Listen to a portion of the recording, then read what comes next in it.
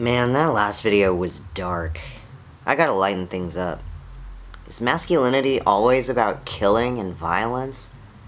I wonder if someone has gone into masculine issues in a format I really enjoy. Like a tight 30-minute pop album. Something really gay. Something flamboyant. Daddy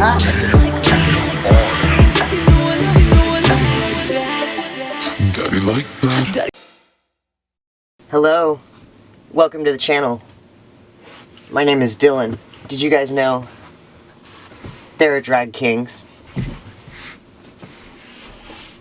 They've never been on RuPaul's show, but they exist. It's a wonderful world of glitter beards, synthetic shirtless torsos, and crotch grabbing.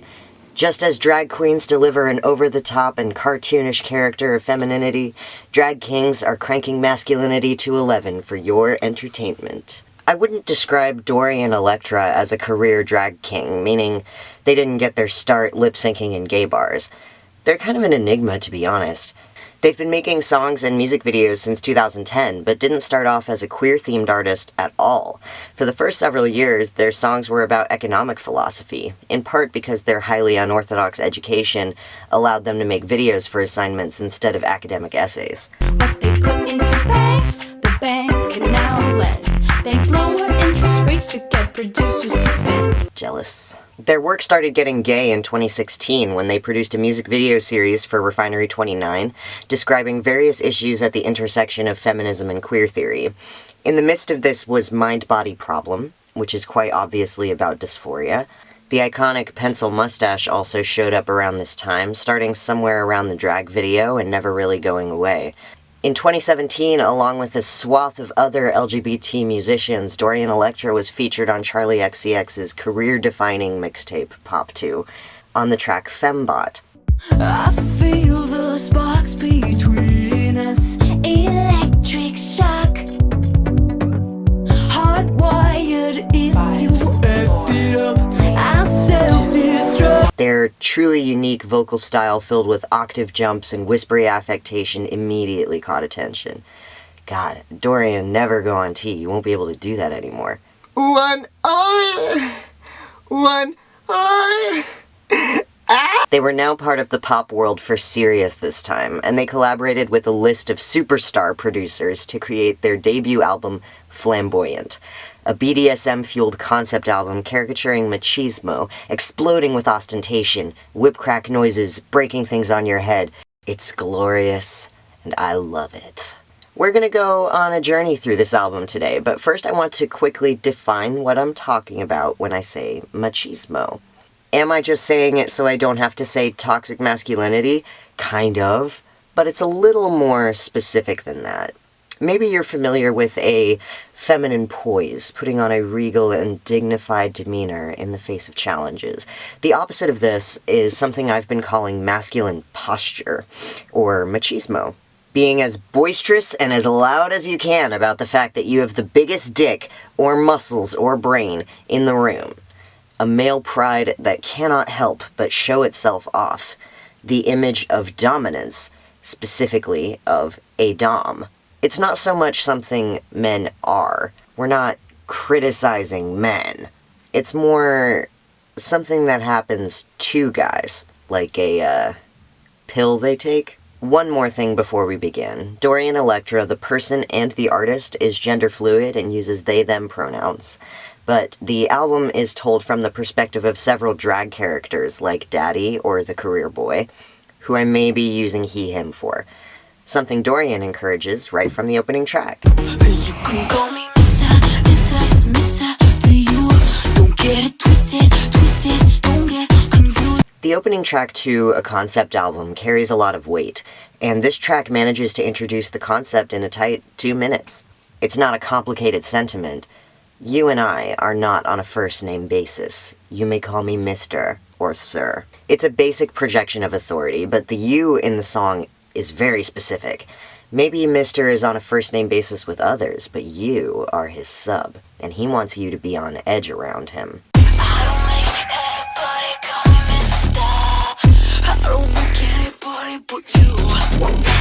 In that way, the BDSM relationship is special in that he is fully in charge here in a way that he isn't in the rest of his life. So where does the need to project that authority come from? Who else does Mr. interact with that might not grant him the deference that the sub does? What's his workplace like? Career boy, working overtime. This song is immaculate. It's perfect. Musically, it's a flawless pop single, certified banger, proof that Dorian Electra is a real hitmaker. Artistically, it's a perfect bridge between Dorian's economics background and current place in the queer zeitgeist, while still fitting perfectly in the album's story of the twisted image of male success. It even has a dark Billie Eilish bridge. I'm addicted to the work I love the way it hurts. This song is about the cult of work under capitalism. The career boy works overtime, after hours, till he sees the sunlight, pumping himself full of coffee. But it brings him joy. He's addicted to the never-ending stream of work. Most importantly, he sees the ability to work himself beyond his limits as a superpower. This is what success looks like to him. Even after I get what I want, I can see, baby, that it's lonely at the top. Yeah, career boy, nothing is ever gonna make me stop. But he also loves the chains, doesn't he? This song paints the character as the submissive to his employer's dominant. It's lonely at the top, huh? He doesn't want to reach the top of his office tower. He likes taking orders. And even if he was in a position to give himself orders, he would still work himself to the bone. He's taking pride in how much he can take. Close to the edge, face down on the desk. I'm career boy. You know they got me working overtime. Yeah. So going from Mr. to You to this, the common thread is a respect for authority. Mr. to You demands being treated like an authority, but the career boy knows that there are greater men than him, that he should be happy to be submissive to. There is euphoria in knowing your place. So we've clocked plenty of overtime hours. How are we going to spend all this extra money we have? By becoming a sugar daddy, obviously.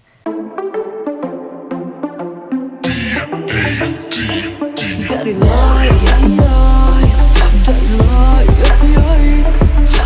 This song makes me so happy.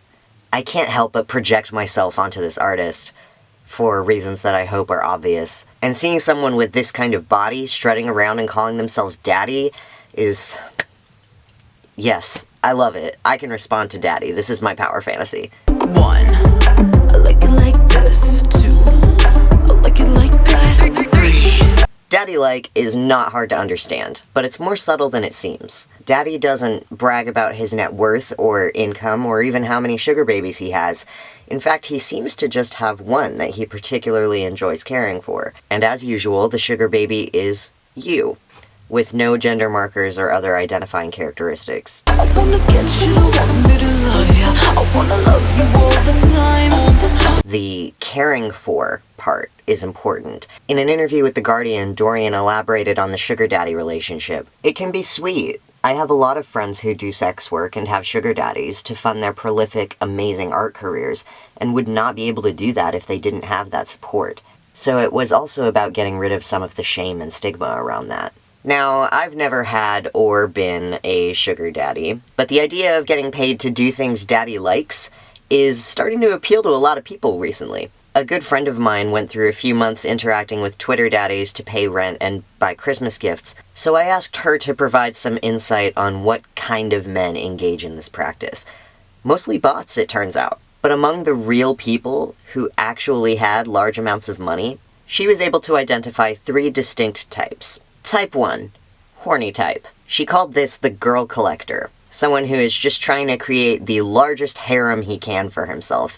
Sometimes he wants all his girls to be loyal to him, sometimes he wants the girls to talk to each other and make it more of a big poly relationship, usually less generous with money since he's spending on other girls, and less doting because he's just trying to flex how many girls he can get. Type 2, angry type, aka the Christian Grey, someone who feels emasculated in his work or home life and is sick of feeling sorry for himself, most likely to be a capital D dominant.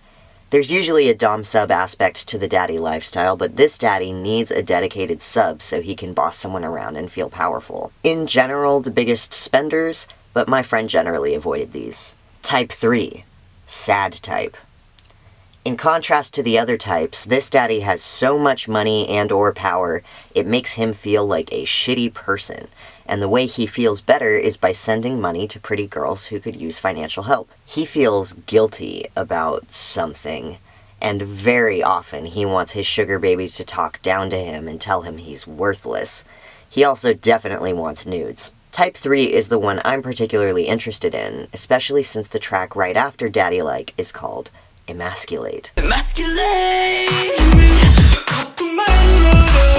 Emasculation is defined by Oxford Dictionary as the deprivation of a man's male role or identity, and comes from a term used to describe castration. It can also just mean to make something weaker, less effective, less strong. I am absolutely fascinated by this concept of emasculation. The closest feminine equivalent would be the whole not like other girls thing, where the image of the ideal woman, specifically the ideal girlfriend, is so unrelatable that a girl can feel isolated from other girls and unable to befriend them. But while this phenomenon is usually attributed to internalized misogyny and a conscious rejection of the feminine, or what you've been told is feminine, feelings of emasculation come straight out of the toxic masculinity engine. There's no conscious rejection of masculinity here.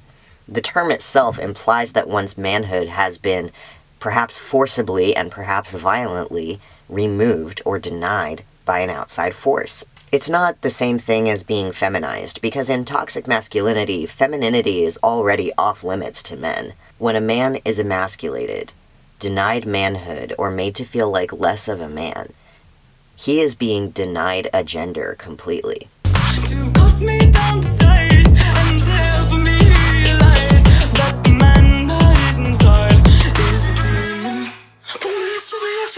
This song, Emasculate, more than any other song on the album, could only exist in 2019 in the current gender discourse. Now, your average man has definitely heard the phrase toxic masculinity and has had to define himself in relation to that concept. Some men now see no redeeming value in their manhood, no longer relate to the male experience as it is currently defined, or feel guilt for the damage that has already been done to relations between man and himself, man and other men, and man and woman. The character in this song is begging to be emasculated because he is now experiencing a kind of dysphoria, feeling betrayed and trapped by the rules of his own gender.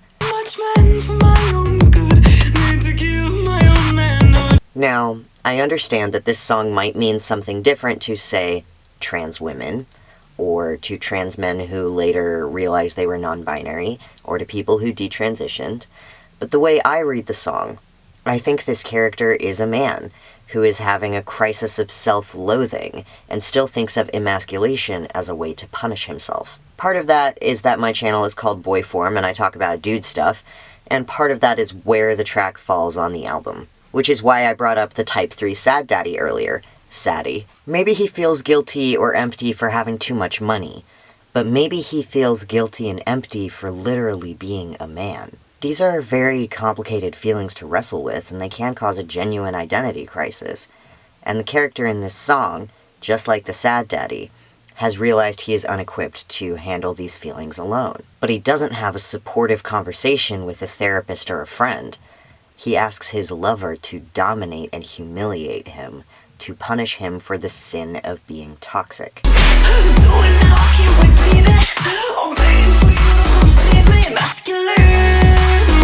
Much has been written about the emotional labor women in straight relationships often go through with men who were never taught how to handle intense emotions like these. But one must wonder, what would it look like if he could just talk through them with his peers? Just have a straight-up conversation, man to man. You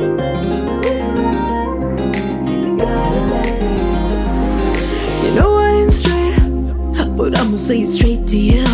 What an ass kicker of an opening line. You know that scene in the third act of buddy comedies where the two male best friends have an emotionally charged issue they haven't been talking about, and they get so pissed off about it they have a fist fight with each other until they're too tired to keep fighting, so they lie on the ground, covered in bruises and out of breath, finally actually having a conversation about it? That is what this song is about. This might be my personal favorite song on the album. Elektra's vocals are at their absolute best here.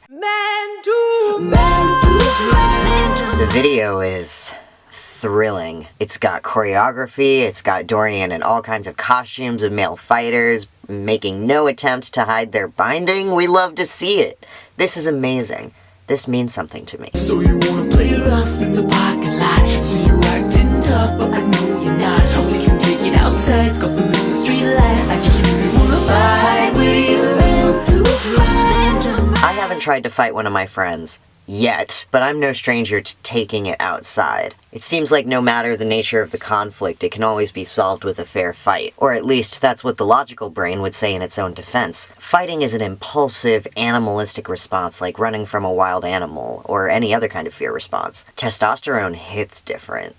It's one thing to fight for your life, but it's another thing to want to fight. You gotta breathe a bigger man. You gotta take the higher ground. Dorian uses taking it outside as a metaphor for getting it out in the open, being honest about it. That's why it's called a fair fight. The participants don't necessarily need to be perfectly evenly matched, and you can trash talk each other as much as you want, but there is a measure of integrity involved. You're fighting in the open so as not to endanger other people inside or pull dirty tricks with furniture, and the parking lot provides a literally even and open playing field for a fair test of strength. It is now a challenging game. Are you man enough to soften up? Are you tough enough to open up? So it makes sense that being transparent and talking about feelings is framed as a challenge here. Dorian's character says, sure, I'd have fun just having a good old tussle about this, but that would be too easy. Yes, I'm mad at you, but you have to let me in. We should help each other, not hurt each other. This song uses the language of fighting it out to describe how challenging it can be for men to lay themselves emotionally bare. And it says it's okay. It doesn't have to be a literal battle for us to engage with each other as equals. What was the next song?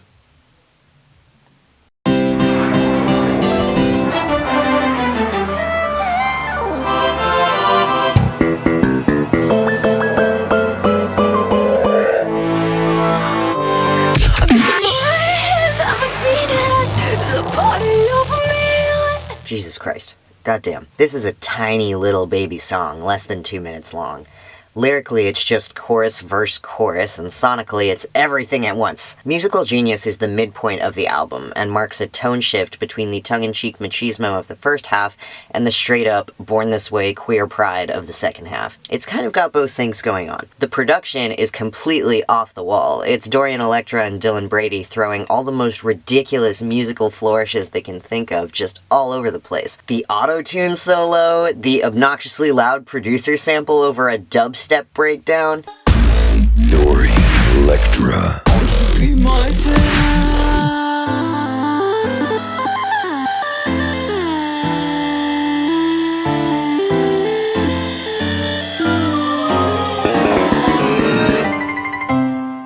Dorian going full-on Jack Skellington mad scientist on the vocals. It's ostentation for ostentation's sake. Hell yeah, baby. This is camp. How we don't piece together and we can sound that grand. I'm a musical genius. Won't you be my fan? We've talked about machismo in terms of financial, combat, and sexual superiority complexes, but men who consider themselves creatives or intellectuals can fall prey to it too, especially when they become famous. In this case, it's about thinking you already know everything there is to know on your subject, and now it's just a matter of letting a master work. Again, like Jack Skellington. And why should they have all the fun? It should belong to anyone. Not anyone, in fact, but me. Why, I could make a Christmas tree. That can happen to anyone famous, though, not just men. The weird thing about this song, and the whole album, really, is that it's not really saying whether anyone should or shouldn't be a career boy or a daddy or call themselves a genius. It's almost commenting on the latent ridiculousness of these identities, while also being a costume Dorian wanted to put on because it just looked so fun. And it is fun. This whole thing is so fun. I go hard. I'm flamboyant. I go all the way. Look at this gold outfit. My god. I should have worn that. What a missed opportunity. We have arrived at pure, unfiltered Dorian Electra. The drag characters are back on the shelf. The drag isn't, but that's just Dorian wearing all that glitter. This is Flamboyant off the debut album Flamboyant. This is the real introduction, not Mr. To You. Don't tell me what to do. Don't tell me what to say.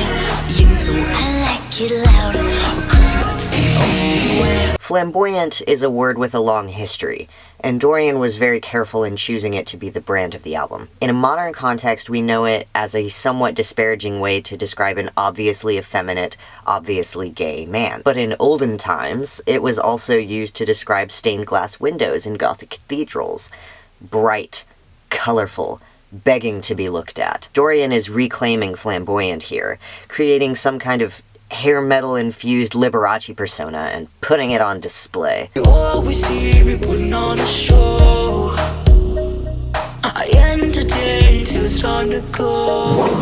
It doesn't necessarily have anything to do with being gay, as in being flamboyant doesn't necessarily say anything about the types of relationships you have. I had a coworker once, a card-carrying, cisgender heterosexual, who had a kind of flamboyance to him. He cared about his clothes and his hair, and was always being loud and dancing. Just a really fun guy to be around. We had a conversation once where he told me how much happier he was when he realized he didn't have to be stoic and boring all the time, and it was okay to scream his lungs out to Dancing Queen. That's the kind of thing Flamboyant the song is celebrating, I think. Be loud, cover yourself in glitter, entertain people. If you're going to do it, go all the way. No taste for subtlety, and no time for restraint. No, I go all the way. I'm flamboyant. Of course, it gets more specific when we add the queer context. I think that's why the styling is so important to me as a gender-fluid person. To be able to say, I'm a very flaming flammable guy. And here I am in front of a fireplace, it's just very satisfying.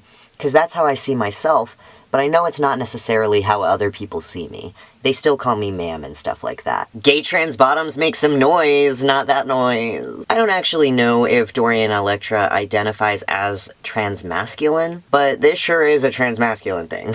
You want to be seen as a guy, but maybe you're more of a twink than a macho man, and writing that line between effeminate and feminine can be a real challenge. It's cathartic to listen to this song and just feel the blunt rejection of stoicism. Just go all out, go apeshit. Guyliner, yeah, you know I'm wearing Guyliner, yeah. I wasn't really sure what I was going to say about this song, since at first blush, it seems to basically be flamboyant too. Just specifically about makeup this time instead of just generally being loud and colorful. I've been trying real hard to think about my relationship with makeup, and you know, I like doing it once in a while, but I like to avoid it. I know I just posted a makeup tutorial, but at the time that makeup actually helped my dysphoria since I didn't really have eyebrows or a jawline yet. But you know, Dorian, this is cute. I respect it. And you're doing it for a similar, you know, fuck the haters reason that I was in this song. And as much as I don't really find it as fun as I used to nowadays, you gotta respect the artistry and the punk rockness of it all. Chicks dig it, let me tell you why. 'Cause I'm a guy, don't be surprised if I take my time to glamorize. Listen.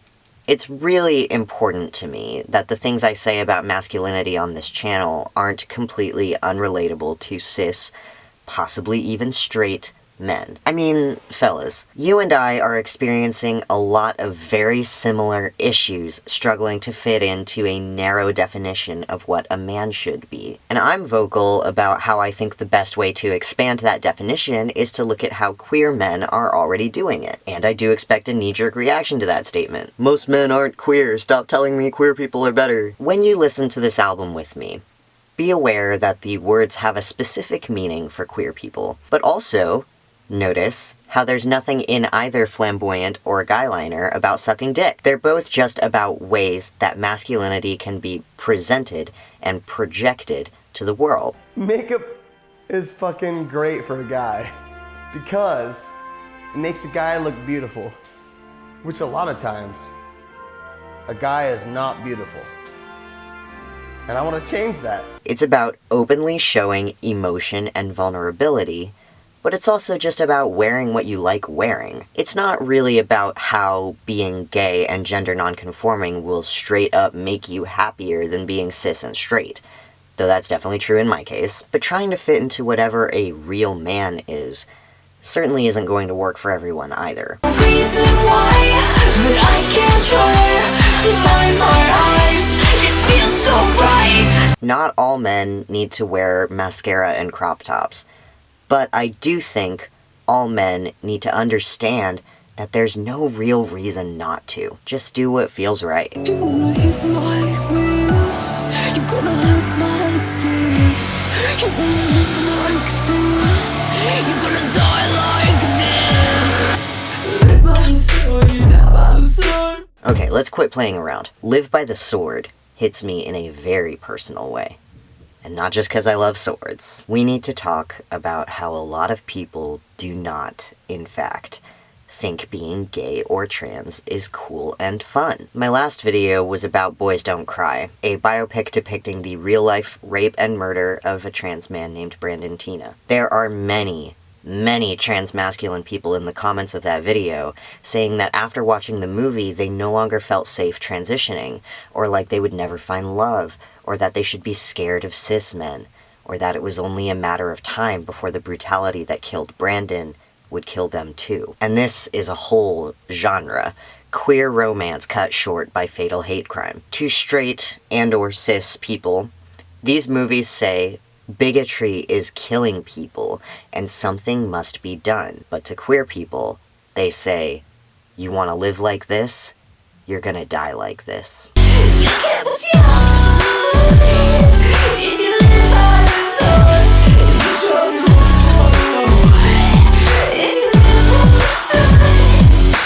I've gotten comments and responses similar to this about my choice to become a man. More from internet men than real life men, to be fair. The reason nobody cares about trans men is because nobody cares about men. You, trans man, seem unprepared for the harsh truth. By becoming a man, you have made yourself disposable. Welcome to the war. Cold like the ocean, cold like the rain. Show you devotion, show me the pain. Show me the power, show me you try. Show me the things coming down from nowhere. There's also an element of prove to me that you have suffered. Sound familiar, trans people? Trauma is a thread that runs through the entire queer experience and is sometimes used to gatekeep people who haven't suffered enough. So this song is about constantly fighting for your life, even against a chorus of skeptics who said you knew what you were getting into, you knew the consequences, and you will have to fight forever. If it comes to a war, I will not be among the first to die. Our community, the LGBT, we know how to fight.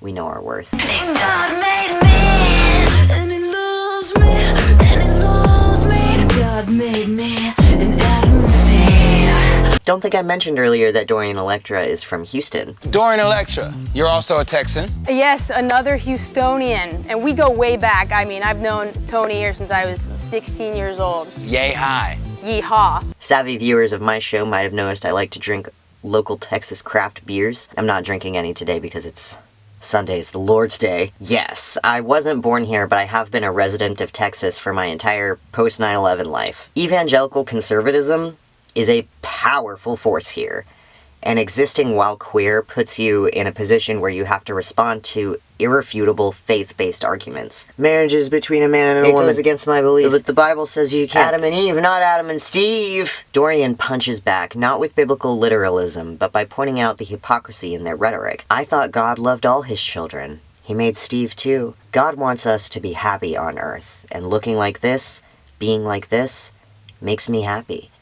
You may be disgusted, but I'm making God proud. They want to destroy me, they will all enjoy sin.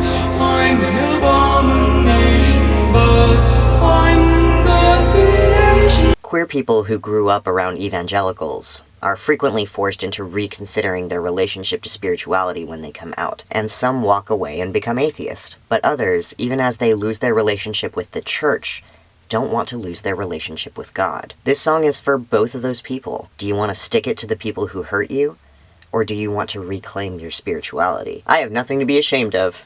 God loves facts. They just don't understand me. I'm not like them, I'm freaking. I want you to be freaking. The Born This Way-ness really peaks on the last song of the album, Freaky for Life. I'm pretty sure it even directly references Freak Flag from Shrek the Musical. Let your freak flag fall. Every day now, not taking it down.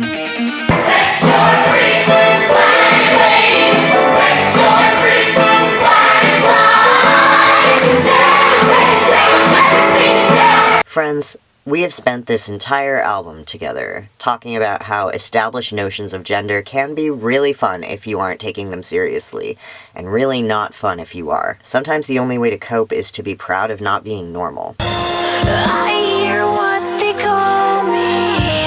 I hear what they say. I'm not very cool, yeah, but I'll never fall. So what have we learned? I think Dorian summed it up well in an interview with Billboard. Masculinity and femininity are funny, as is the idea that they're polar opposites. Queerness is an awareness that you are, in some way, outside of some set of social norms. Being outside allows you to see the frivolousness of it. They're critiquing gender from the outside in, which is a lot like what I'm trying to do as a trans man. We certainly know what the established norms are with regards to gender and sexuality, but living our whole lives outside of it, we can see that a lot of what we think we know about gender is a lie. But people who believe that lie, they need us to know that what we're doing is unnatural. So fuck it, right? We can put on a furry coat and pretend we have infinite money. We can put on suspenders and point at our crotch. We can cover our whole face in glitter and demand to be called sir. Those things that make a man a real man, they're simultaneously relatable and unrelatable. We can't help but want to be a rich, strong genius because of the hypermasculine capitalist culture we've been immersed in. But on some level, we know that ideal is unattainable, and in the end probably isn't what's going to work for us as individuals, and generally isn't a healthy way for men to interact with society anyways. There's a desire to understand what fitting in would mean, what role it is I am trying to occupy, with a subconscious knowledge that following the script would make me miserable. These are feelings that can only be expressed through art. Do some drag about it. Thank you so much for watching. Please leave a long comment and subscribe to the channel if you're into the conversation we're having here. I know I don't upload very often, so if you want to hear more from me, your best bet is following me on Twitter @inboyform. There's about 1 million things in this video that could get me demonetized. If you like my work, please consider becoming a patron at patreon.com/boyform and joining this list of names on the screen. Special thanks to my $5 patrons Strong Jess, A.A. Ron Fushi, Jacqueline Bristow, and Jay Miley. You can also help me out with a one-time donation to my hysterectomy fund via GoFundMe. The link to that is in the description. I will see you next time.